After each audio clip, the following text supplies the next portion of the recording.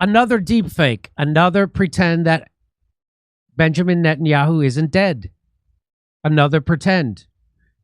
Here it is. So he puts himself in a room with military advisors, but the room looks like virtual production. The room is filmed with people sitting in their seats and one empty seat in the middle. Consequently, Netanyahu, or the AI version of Netanyahu, is superimposed digitally on the room. There's no reaction in the faces of the people in the room who are really there to anything Netanyahu says. No reaction. Also, the lighting is different on the skin of the people in the room compared to this lighting on Netanyahu, who appears brighter than the rest of the people. In a paradoxical rerun of World War II, it appears that Netanyahu may be in an induced coma in a Berlin bunker, while Khomeini Jr. may be recovering in a Moscow hospital. So let's watch it. Here's the video. You can tell. I'm here with Israel's defense minister, our chief of staff, the head of the Mossad, the chief of Air Force, our senior commanders. In the past 24 hours, we knocked out 2 of the terrorist chieftains, the top terrorist chieftains of this tyranny. Our aircraft are hitting the terror operatives on the ground, in the crossroads, in the city squares. This is meant to enable the brave people of Iran to celebrate the Festival of Fire. So celebrate and Happy Nowruz. We're watching from above. So that was a fake video, and this guy gives a great breakdown on it. This is from UpScrolled, Mohams. He's got a great breakdown. Take a look at those vents on their tables. Pay close attention. You able to spot the differences? They're not the same. Let's go back real quick. Here are the vents in front of Netanyahu versus the other vents across the rest of the tables. How different they look? It's a completely different vent, and the wood panel color is completely different. Here's another angle that makes it even more obvious.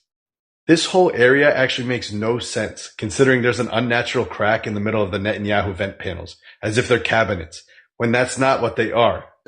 And then here's a regular phone versus whatever the hell this is in front of Netanyahu. And then there's the fact that no one is even looking at or acknowledging Netanyahu while he's speaking. And the fact that Netanyahu's face is abnormally brighter than the rest of the people in that dark-ass room they're in. And then there's the chairs, where everyone's leather chair has a distinct curve at the top, but not Netanyahu. His leather chair is straight at the top. But who knows? Maybe he gets a special chair. And lastly, let's zoom in on that hand to see if he can magically make his ring disappear again. He does. Well, there you have it. No ring. No ring right here. But wait. And then just a few seconds later, poof, boom. There's the ring again. Anyways, Israel's desperation is palpable. Here's a message to Netanyahu, alive or dead. How about you take that flight over to the U.S. to give that fat Cheeto of yours some loving, and for some outside journalist to verify your existence? Because from where we're looking, it's looking like you're screaming from 6 feet under. Okay, so look at the air vents, all different sizes and no alignment, no right lapel. So, by the way, he doesn't have a lapel on his right side of his suit. They're such bad at this AI stuff. Netanyahu's suit jacket, and the bloke in the back mysteriously has glasses slowly appear on his face.